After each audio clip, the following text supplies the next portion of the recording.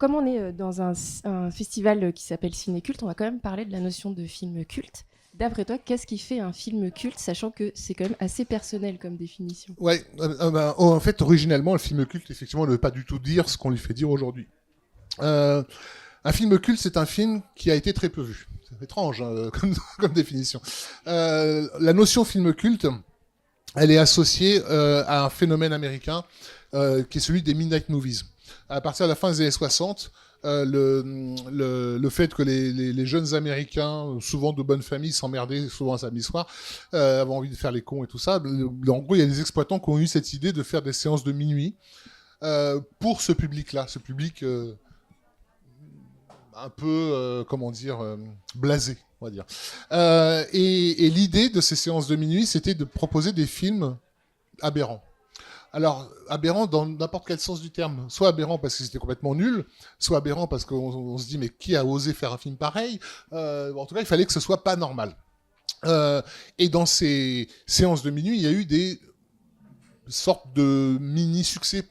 C'est là que, par exemple, Jodorowsky s'est fait connaître avec un western qui s'appelait El Topo, qui a été une vraie sensation donc d'une ville américaine à l'autre. Alors bien sûr, qui dit fin des années 60, séance de minuit pour jeunes adolescents, dit que les substances illicites étaient évidemment très vivement recommandées. Donc ça permettait aussi de parfaitement comprendre les films de Jodorowsky. Et donc certains petits malins dans les majors se sont dit, il y a un nouveau marché. Aux États-Unis, tout est affaire de marché. Donc commençons à produire des films pas normaux.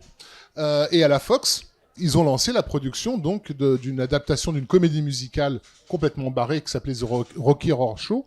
Et ils ont fait un film qui s'appelait The Rocky Horror Picture Show avec le casting de la comédie musicale.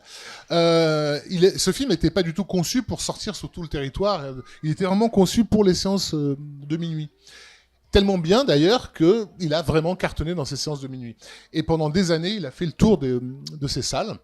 En France, il y avait une salle qui s'appelait le Studio Galande, qu'il a gardé à l'affiche, je ne veux pas dire de bêtises, 15 ans, je crois. Il le fait encore, je crois. Et c'est encore... Ouais, je crois que c'est encore...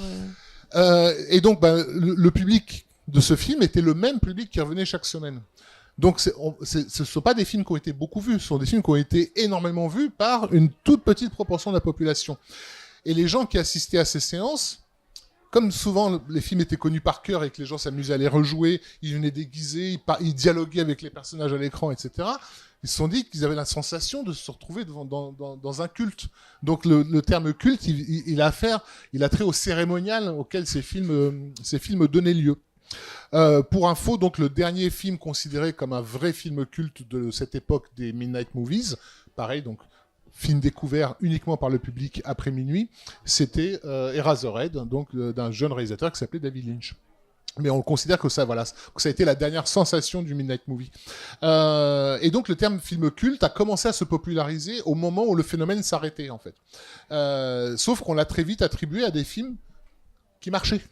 Et moi j'ai le souvenir que quand Le Grand Bleu est sorti, effectivement, c'était le même public qui retournait voir le film tout le temps. Donc, d'une certaine manière, le terme film culte pouvait sembler adapté, mais l'échelle énorme, parce qu'on parlait de millions de spectateurs, faisait que non, ça ne peut pas être un film culte. Un film culte, c'est un truc d'initié pour vraiment une petite poignée.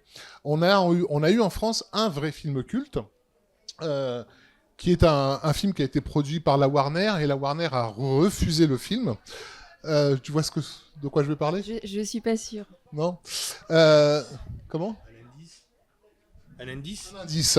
Ça a été produit par Canal+. Baby Blood. Non. En fait, pour le centenaire du cinéma, Warner avait autorisé Canal+ à piocher dans son catalogue énorme de films pour faire une sorte d'hommage à un siècle de cinéma.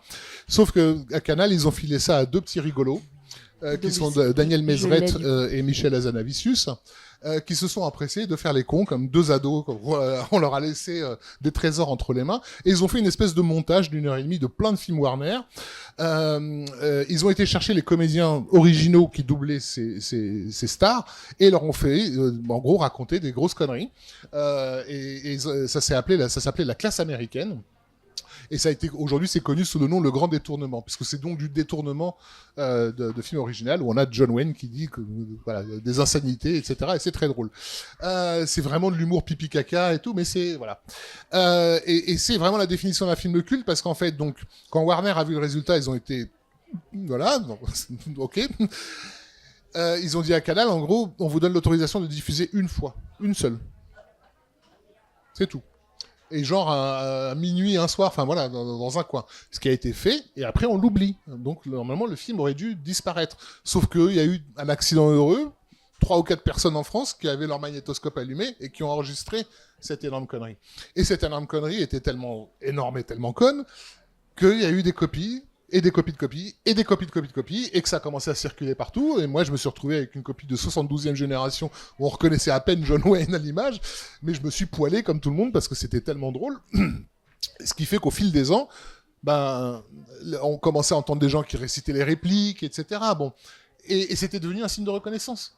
Quand quelqu'un te balançait une réplique du Grand Détournement, tu vois, genre, toi aussi tu connais, vraiment truc d'initié, quoi.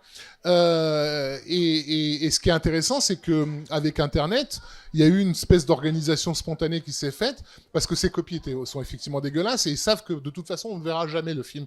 Donc les internautes se sont mis ensemble pour retrouver tous les extraits de films sur des bonnes copies, donc à partir de Blu-ray, pour reconstituer intégralement la classe américaine. Donc aujourd'hui, on a une version HD nickel de la classe américaine, avec un son super travaillé, tout ça, pour un film qui en fait ne peut pas être exploité légalement.